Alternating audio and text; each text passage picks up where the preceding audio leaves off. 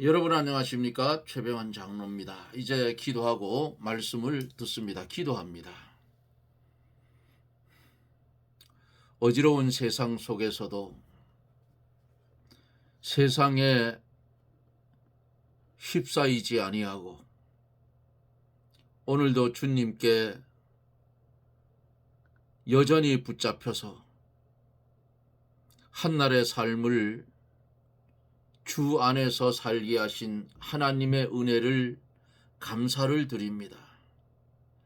기도하고 원하옵는 것은 이 시간에 주의 성령이 크게 강하게 이 나라에 역사하여 주셔서 만군의 하나님 여호와께서 마귀의 괴계를 하나님 초계같이 쓸어 없애주시고 이 나라가 주 안에서 바로 세워져 복음으로 통일되는 은혜의 역사를 이루게 해 주옵기를 원합니다. 선진국으로 한 걸음 발판을 옮기는 시련의 때인 줄 믿고 주 앞에 기도하오니 하나님 역사하사 이 일들을 슬기롭게 이겨서 나라가 아버지 하나님 부강해지는, 그래서 많은 선교사를 전 세계로 파송하는 그런 역사가 있게 하여 주옵소서. 또 기도하고 원하옵는 것은 북녘 땅에 신음 고통하는 하나님의 백성들을 이제 그 속박에서 건져주시고 아버지 하나님 신앙의 자유를 찾아 마음껏 주의 이름을 부를 수 있는 은혜를 나려 주시옵시고 이 시간에도 말씀을 연결하여 들을 사랑하는 성도들 위해 한결같은 은혜로 축복하여 주시고 은혜 베풀어 주시고 말씀을 깊이 있게 깨달아 시대를 분별하며 아버지의 뜻을 순종하며 살아갈 수 있도록 주의 성령님 강하게 역사하여 주옵시고 우리 하나님 홀로 영광만 받아 주시옵소서. 예수님 이름으로 기도드리옵나이다. 아멘. 하나님의 말씀은 고린도후서 1장 5절로 11절까지 봅니다. 고린도후서 1장 5절서 11절. 그리스도의 고난이 우리에게 넘친 것 같이 우리의 위로도 그리스도로 말미암아 넘치는도다. 우리가 환난 받는 것도 너희 위로와 구원을 위함이요 혹 위로를 받는 것도 너희의 위로를 위함이니 이 위로가 너희 속에 역사하여 우리가 받는 것 같은 고난을 너희도 견디게 하느니라. 너희를 위한 우리의 소망이 견고함은 너희가 고난에 참여하는 자가 된 것 같이 위로에도 그러한 줄을 알미라. 형제들아, 우리가 아시아에서 당한 환난을 너희가 알지 못하기를 원치 아니하노니 힘에 지나도록 심한 고생을 받아 살 소망까지 끊어지고 우리 마음의 사형 선고를 받은 줄 알았으니 이는 우리로 자기를 의뢰하지 말고 오직 죽은 자를 다시 살리시는 하나님만 의뢰하게 하심이라. 그가 이같이 큰 사망에서 우리를 건지셨고 또 건지시리라. 또한 이후에라도 건지시기를 그를 의지하여 바라노라. 너희도 우리를 위하여 간구함으로 도우라. 이는 우리가 많은 사람의 기도로 얻은 은사를 인하여 많은 사람도 우리를 위하여 감사하게 하려 함이라. 아멘. 5절 말씀 속에서 그 5절에서 그리스도의 고난이 무엇인가 하는 말씀을 두 번째까지 드렸죠. 두 번째. 그래서 오늘 이어서 계속해서 말씀을 전한다고 제가 어제 약속을 한 그대로 말씀을 전하여 저갑니다.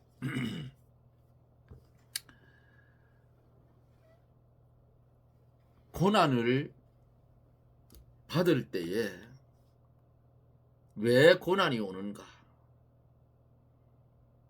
고난이 오는 것은 예수님의 이름을, 그 복음을 부끄러워하지 아니하고 마다하지 하고 전하기 때문에 거기에 대한 마귀의 역사로 고난이 왔다 그랬어요. 훌륭한 성도들은 언제나 그리스도를 위해서 적극적으로 고난받는 일을 걸어갔어요. 일제시대 때에 그 최곤능 목사님이 말을 타고 가는 일본 순사 옆에 섰다가 큰 소리로 갑자기 예수 천당 불신지옥 하니까 말이 놀라 펄썩 뛰서 일본 순사한테 붙들려서 경찰서로 끌려가서 매를 맞을 때에 한 대 때리면 예수 천당, 두 대 또 때리면 불신지옥, 계속 예수 천당 불신지옥 하니까 그 경찰들이, 오늘로 말하면 경찰이에요. 옛날에는 그 시대는 순사라고 그랬어. 순사. 이놈의 배때기엔 뭐가 들었는데 예수 천당 불신지옥 한다고 나가라고 해서 나왔다는 그런 일화도 있다고 합니다. 환난 때에 예수님의 이름을 부르지 않으면, 예수님의 이름을 배반하면 환난이 없어요. 환난이 없으면 하나님의 위로도 없다 그 말입니다. 어제 아브라함이 본토 친척 아비집을 지나 그 말씀을 드렸지요. 아브라함이 본토 친척 아비집을 떠나 내가 내게 지시할 땅으로 가라 할 때에 아브라함 혼자만 나온 것이 아니고 자기의 조카 롯을 데리고 나왔어요. 롯을 데리고 나왔는데 이 롯의 조카 롯의 목축업을 하니까 양들과 아브라함의 양들이 너무 많아져서 서로 양쪽의 목자들이 다투게 될 때에 조카를 불렀어요. 롯아, 이제 너와 나는 한 군데 있을 수가 없다. 우리 너무 재산이 너무 많아졌다. 목축업을 하니까 푸른 초지가 있는 데로 이제는 갈라서 가는데 아브라함이 조카를 보고 뭐라 했어요? 내가 우하면 내가 좌하고 내가 좌하면 내가 우하리라. 이렇게 했어요. 그 아브라함이 자기 조카 롯 보고 네가 먼저 선택해서 가라 그 말입니다. 욕심 많은 사람 삼촌 같았으면 야 조카야 내가 이쪽으로 갈 테니까 넌 저쪽으로 가라 이렇게 했을 거 아니겠어요? 양보를 했어요. 그러니까 그 당시에 소돔들을 바라볼 때에 소돔과 고모라가 망하기 전인 거로 하나님의 동산처럼 보였다. 물도 넉넉하고 초지도 좋고. 그러니까 롯이 그 길로 떠나갔어요. 내가 내게 지시할 땅으로 가라 하신 그 하나님이 아브라함이 롯과 같이 있을 때에는 나타나 주지를 않았어요. 그리고 롯과 헤어지니까 하나님이 아브라함에게 나타났던 것을 봅니다. 종과 휭으로 행하여 보라. 네? 눈에 보이는 거 다 주겠다. 그 조카로 또 양심이 없는 놈이라 빈말이라도 삼촌이 날 데리고 와서 여기까지 와서 이렇게 내가 재산이 많아졌는데 삼촌이 먼저 택해 가십시오. 그 말이 없어요, 성경에. 예? 그리고는 죄악의 땅을 향해서 소돔 쪽으로 갔더라 그 말이에요. 결국 어떻게 됐어요? 딸과 동침해서 부끄러운 일을 저질러서 암몬과 모압 자손이 거기 나왔다 하는 것을 성경에서 보잖아요. 고난에 대한 세 번째,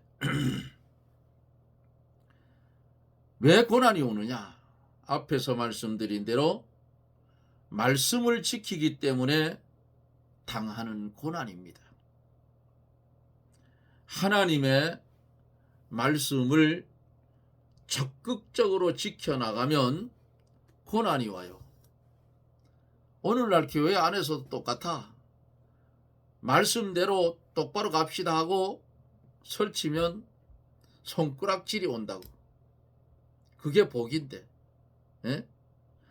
말씀대로 살려고 하면 마귀도 또 그만큼 역사를 해요. 다니엘이 30일간 기도하지 못하게 하는 왕의 금령이 내렸어요. 요 다니엘을 시기하는 무리들이 그렇게 했다 그 말이에요.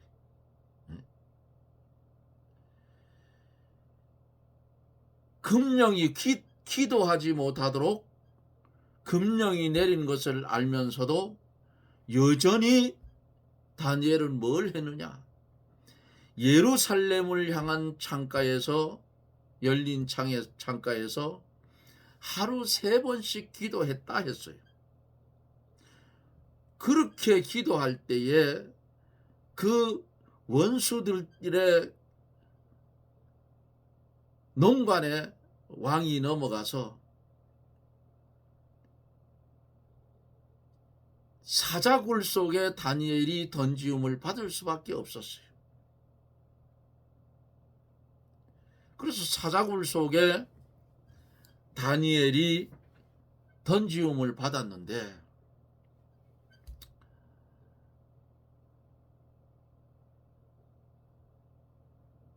그 바벨론 나라에서 그때에 다니엘의 피난처는 어딘가? 피난처가 없어요. 다니엘의 피난처는 사자굴이 피난처더라. 왜? 거기서 하나님의 사자가 거기 있었으니까 거기 피난처. 죽어 나왔나요?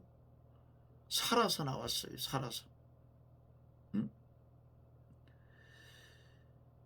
성도가 하나님의 말씀을 지키고 그 말씀을 세워나가려고 하면 반드시 고난이 와요. 주의 말씀을 지키기 어려운 환경에서도 주어진 그 말씀을 지켜며 살아가야 하는 것이 성도의 삶이에요.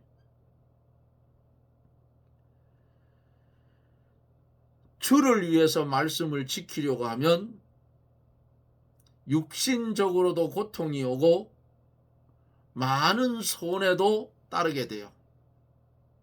그러나 영적으로는 하나님의 사랑과 위로가 충만하게 온다고 말해요. 이러한 사람은 다음에 오는 더 큰 고난도 충분히 이겨나갈 수가 있다 말씀을 드릴 수가 있어요. 그러나 말씀을 양보하고 진리를 양보하면 그렇게 양보하면서 예수님을 믿는 사람은 그리스도의 고난도 그리스도의 위로도 없다 그 말이에요.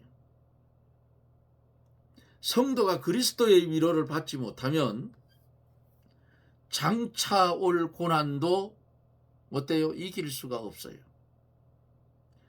성도가 하나님의 위로가 없이 신앙 생활을 하려고 하면 믿는 일이 힘들고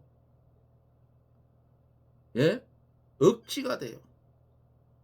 그러므로 항상 그리스도의 위로를 받으며 사는 사람은 주를 위하여 매를 맞아도 기쁘고 멸시를 받아도 기쁘고 주를 위해서라면 모든 것을 다 참고 이길 만한 힘과 위로가 어디서부터 와요? 주님께로부터 온다 그 말이에요.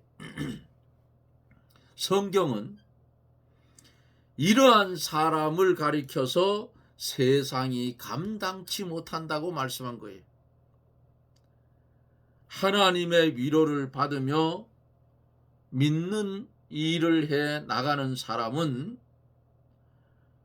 봄이 오는 동산에 따뜻한 햇빛이 비쳐 얼었던 땅이 녹고 만산초목이 자라나는 것처럼 신앙생활이 어때요? 자연스럽다 그 말이에요. 그러나 하나님의 위로가 없이 예수 믿는 사람은 겨울에 농사하는 것처럼 힘이 들고 어려운 거예요.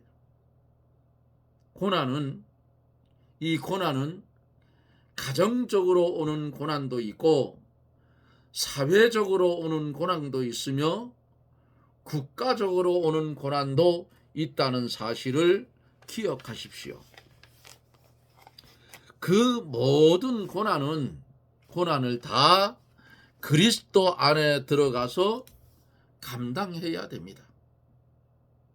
고난이 올 때에 어떻게 해요? 하나님께 부르짖어서 하나님과 더불어 그 고난을 다 감당하려고 힘을 쓰면 그리스도의 위로가 오고 능력이 오는 겁니다. 우리가 바울처럼 그리스도를 위해서 적극적으로 몸바쳐 일하고 모세처럼 자기의 모든 것을 다 내어놓고 그리스도를 위해서 능력받는 자리에까지 나가야 된다 그 말이에요. 말씀을 순종하여 나가려면 첫째로 양심의 가책이 되는 것과 두 번째로 하나님 앞에 옳지 않다고 생각하는 것은 다 끊어버려야 돼요.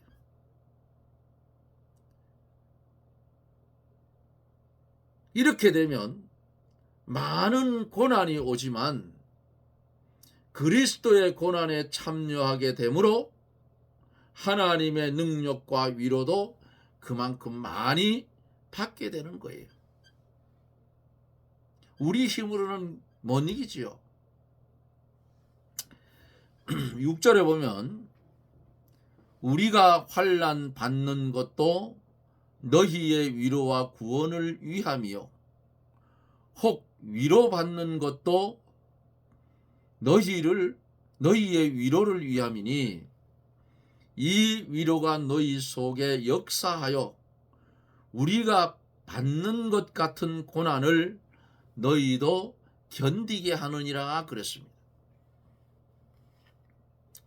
자, 바울이 고린도 교회의 성도들과 모든 성도들의 구원을 위하여 환난을 받는 것이다. 사도 바울은 그 고난 속에서도 하나님의 위로가 아주 풍성했어요.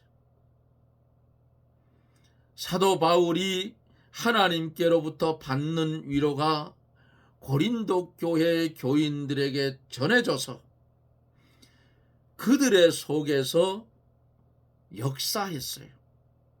그러므로 고린도 교회의 교인들이 모든 환난을 이길 힘이 있었다 그 말입니다. 그러므로 마지막 때에 하나님의 말씀을 전하는 지도자들, 목사님들, 그리고 각 교회의 직분자들, 이들이 바울 사도처럼 그렇게 세상을 이겨나가야 고린도 교회의 교인들이 환난을 이긴 것 같이 이길 수가 있다 그 말이에요. 교역자의 믿음과 위로와 능력의 역사는 그 인도를 받는 성도들에게도 전달되는 거예요.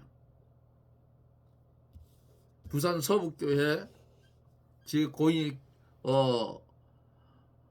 고인이 되신 배경희 목사님 설교록 책을 제가 여러 권 가지고 한 40권 가지고 있어요. 그래서 읽어보다가 6.25 때 겪었던 목사님의 설교가 있었어요. 읽어보았어요. 6.25 때에도 주일 범한 적이 한 번도 없다 했어요. 거기가 어디냐면 거창이라고 그래요. 그분들은 지금도 아마 대구에서 모이고 거창서 가을에 모이고 이렇게 모여서 집회를 할 겁니다. 저는 대구에 할 때 딱 한 번 청년 시절에 갔다 왔어요. 한 10,000명 정도 그 당시에 모이더라. 자,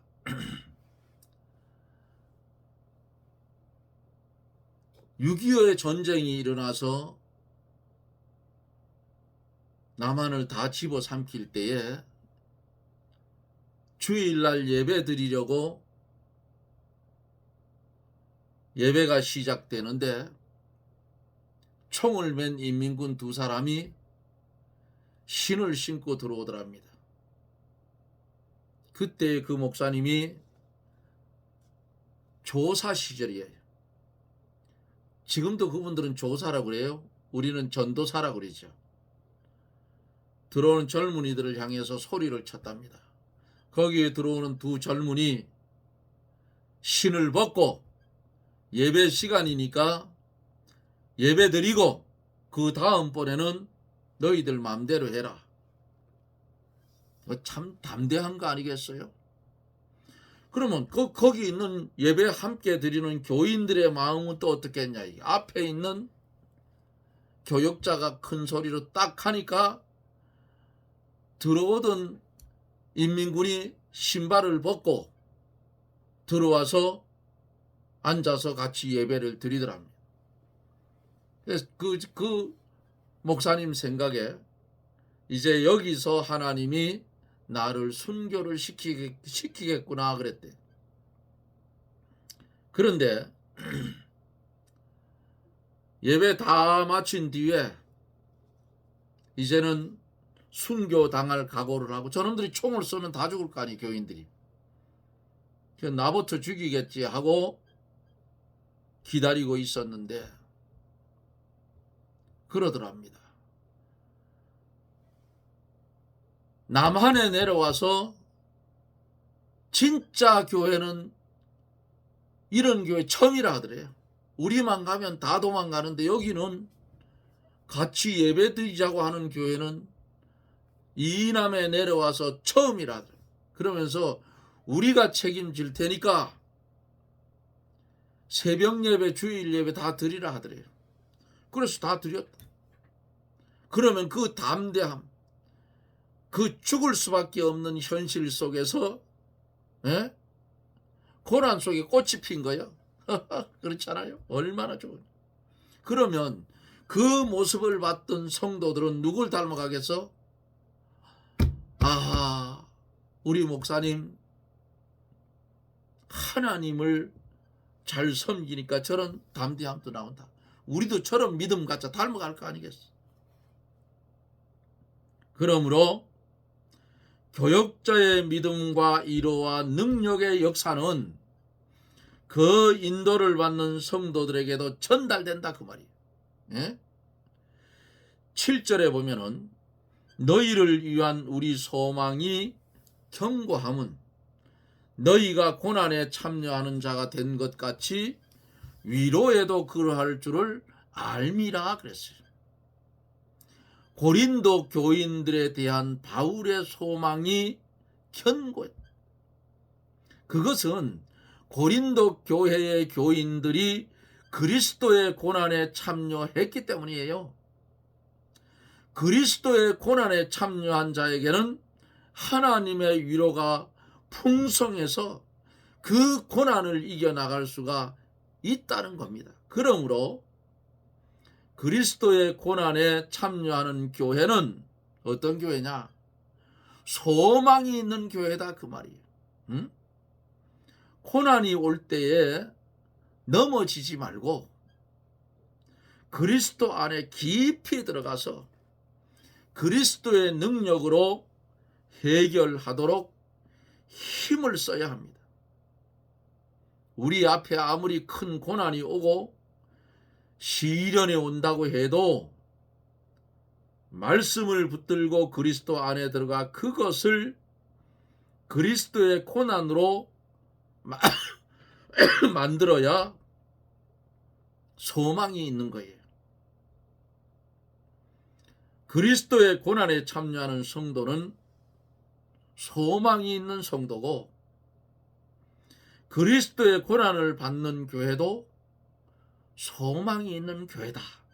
그러므로 교회가 환난을 당할 때에 원망하지 말고 합심하여 기도하고 그리스도로 인해서 믿음으로 해결하려고 적극적으로 몸을 바쳐 나가야 합니다. 그렇게 하면 그리스도의 위로가 풍성히 임하고 소망이 있는 교회가 될 줄로 믿습니다. 그래서 앞에 서 있는 교회 안에서 앞에 서 있는 지도자들의 행함이 가장 중요하더라. 응? 목자가 양떼를 잘못 몰고 가면 몰살을 시키잖아요. 그와 마찬가지라 그 말이에요. 죽을 자리에 들어가도 하나님의 말씀대로 가면 어때요? 살아나는 거예요. 죽고자 하는 자는 살 것이요 그랬죠. 한 말씀만 더 드리고 말씀을 이제 마칩니다. 영월 지역에 있었던 그 목사님이, 이북에서 내려온 목사님이 한 분 계셔요. 이름이 금방 또 떠오르다 생각이 안 나는데, 그 목사님이 이북에서 피해서 내려오는데 38선을 통과를 하려고 하는데 인민군들이 지키고 서서 너 직업이 뭐야? 묻더랍니다. 통과하고 가는데 나는 목사인데 이제 여기서 하나님이 나를 순교시켜서 데려가겠구나. 그런데 어느덧 차례가 되어서 목사님 차례가 앞에 그 뒤에 이렇게 있는데 앞에 사람 보고 당신 직업이 뭐요? 이러니까 목수입니다 하는데 목사라고 저쪽으로 조금 있다 빵 소리가 나더라는 거예요. 그 죽인 거예요. 목사라고 하니까. 그 다음에 목사님 차례가 됐는데 당신 직업이 뭐요? 목사입니다 하니까 목수라고 통과. 그래서 살아 넘어왔다는 겁니다. 응? 그런 간증하는 걸 들어봤어요. 그러니까 성경대로 죽고자 하는 자는 살 것이요 살고자 하는 자는 죽는다. 그리고 하나님이 살려줄 자는 그렇게 하는 거예요. 목수라고 한 게 목사라고 들었고 목사라고 했는데 목수로 들었고